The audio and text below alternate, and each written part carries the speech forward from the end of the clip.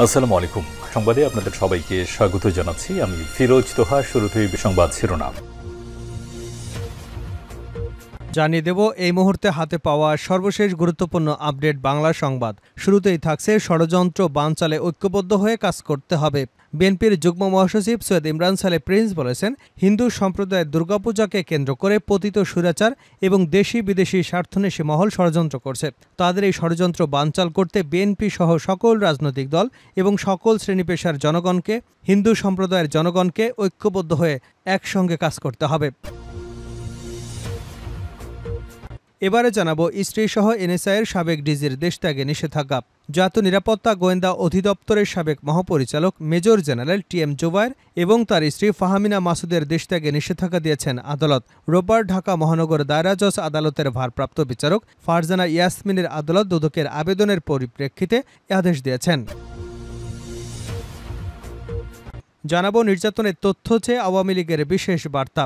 আওয়ামী লীগ এবং সহযোগী সংগঠনের উপর নির্যাতনের তথ্য চেয়ে বিশেষ বার্তা দিয়েছে দলটি। রোববার সকাল 10টার দিকে আওয়ামী লীগের ভেরিফাইড ফেসবুক পেজে এ বার্তা দেওয়া হয়। জানিয়ে দেব পাহাড়ি ঢলে নিখোঁজ দুই ভাই লাশ মিলল ধানক্ষেতে। শেরপুরে নলিতা বাড়িতে পাহাড়ি ঢলে পানির স্রোতে নিখোঁজ হওয়া দুই ভাইয়ের লাশ পাওয়া গেছে ধানক্ষেতে। বিকেলে উপজেলার নন্নী ইউনিয়নের নিস্তন্তপুর কুতুবাকুড়া গ্রামের ফসলের মাঠ থেকে ওই দুই ভাইয়ের লাশ উদ্ধার করে থানা পুলিশ।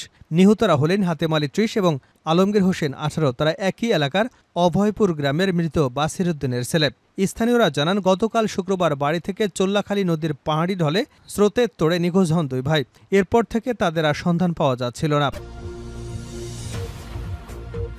এদিকে তারেক রহমানের সব মামলা আইনিভাবে মোকাবেলা করা হবে কায়সার কামাল। বিএনপির ভারপ্রাপ্ত চেয়ারম্যান তারেক রহমান আইন এবং আদালতের প্রতি শ্রদ্ধাশীল, তাই তার সব মামলা আইনিভাবে মোকাবেলা করা হবে বলে জানিয়েছেন বিএনপির আইন বিষয়ক সম্পাদক ব্যারিস্টার কায়সার কামাল।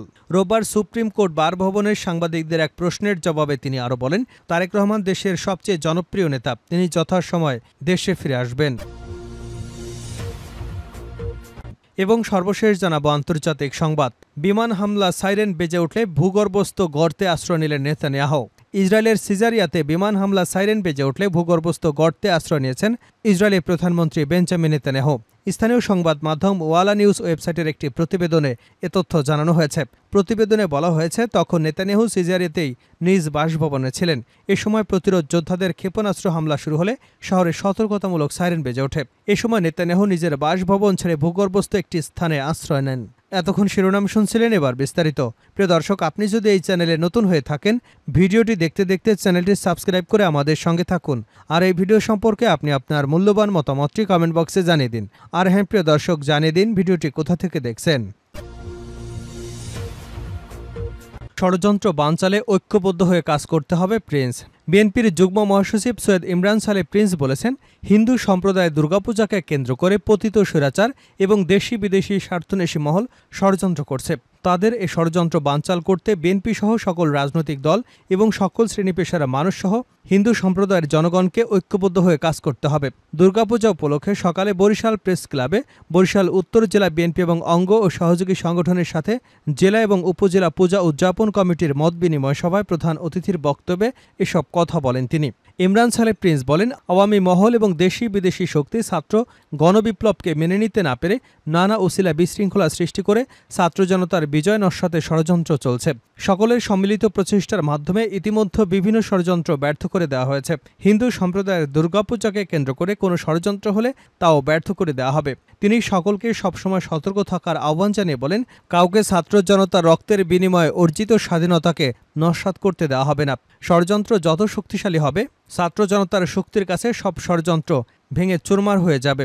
হিন্দু সম্প্রদায়ের মানুষকে ভয়বিহীন এবং উৎসবমুখর পরিবেশে আনন্দ উৎসবের মধ্য দিয়ে দুর্গাপূজা উদযাপন করবার আহ্বান জানান বিএনপির নেতা। তিনি বলেন, বিএনপি এবং জনগণ আপনাদের পাশে থাকবে। দুর্গাপূজা উপলক্ষে বরিশাল মহানগর বিএনপির সমন্বয় সভায় প্রধান অতিথি হিসেবে উপস্থিত ছিলেন ইমরান সালে প্রিন্স। স্ত্রীসহ এনএসআইয়ের সাবেক ডিজির দেশত্যাগে নিষেধাজ্ঞা। জাতীয় নিরাপত্তা গোয়েন্দা অধিদপ্তর সাবেক পরিচালক মেজর জেনারেল টিএম জুবায়ের এবং তার স্ত্রী ফাহমিনা মাসুদের দেশত্যাগে নিষেধাজ্ঞা দিয়েছেন আদালত। আজ রোববার ঢাকা মহানগর দায়রা জজ আদালতের ভারপ্রাপ্ত বিচারক ফারজানা ইয়াসমিনের আদালত দুদকের আবেদনের পরিপ্রেক্ষিতে এ আদেশ দিয়েছেন। দুদকের কোর্ট ইন্সপেক্টর আমির হোসেন বিষয়টি নিশ্চিত করেছেন। এদিন দুদকের উপপরিচালক মোহাম্মদ আনোয়ারুল হক তাদের দেশত্যাগে নিষেধাজ্ঞা চেয়ে আবেদন করেন। এ সময় দুদকের পাবলিক প্রসিকিউটর মাহমুদ হোসেন জাহাঙ্গীর শুনানি করেন। শুনানি শেষে আদালত এ আদেশ দিয়েছে। আবেদনে বলা হয়েছে, অভিযোগ সংশ্লিষ্ট মেজর জেনারেল টি.এম. জোবায়েরের বিরুদ্ধে মোটা অঙ্কের ঘুষ গ্রহণপূর্বক বিভিন্ন পদে চাকুরি প্রদান এবং ক্ষমতার অপব্যবহার করে বিভিন্ন ব্যক্তিকে প্রদর্শনপূর্বক কোটি কোটি টাকা উপার্জন করে নিজ নামে, পরিবারের সদস্যদের নামে জ্ঞাত আয় বহির্ভূত সম্পদ অর্জন এবং 29,45,000 পাউন্ডে লন্ডনে বাড়ি ক্রয় সহ বিদেশে অর্থ পাচারের অভিযোগটির অনুসন্ধান চলমান রয়েছে। অভিযোগ সংশ্লিষ্ট ব্যক্তিরা বিদেশে পলায়ন করতে পারেন বলে বিশ্বস্ত সূত্রে জানা গেছে। অভিযোগের সুষ্ঠু অনুসন্ধানের স্বার্থে তাদের বিদেশ গমন রহিত করা প্রয়োজন। নির্যাতনের তথ্য চেয়ে আওয়ামী লীগের বিশেষ বার্তা। আওয়ামী লীগ এবং সহযোগী সংগঠনের উপর নির্যাতনের তথ্য চেয়ে বিশেষ বার্তা দিয়েছে দলটি। রোববার সকাল 10টার দিকে আওয়ামী লীগের ভেরিফাইড ফেসবুক পেজে এই বার্তা দেওয়া হয়।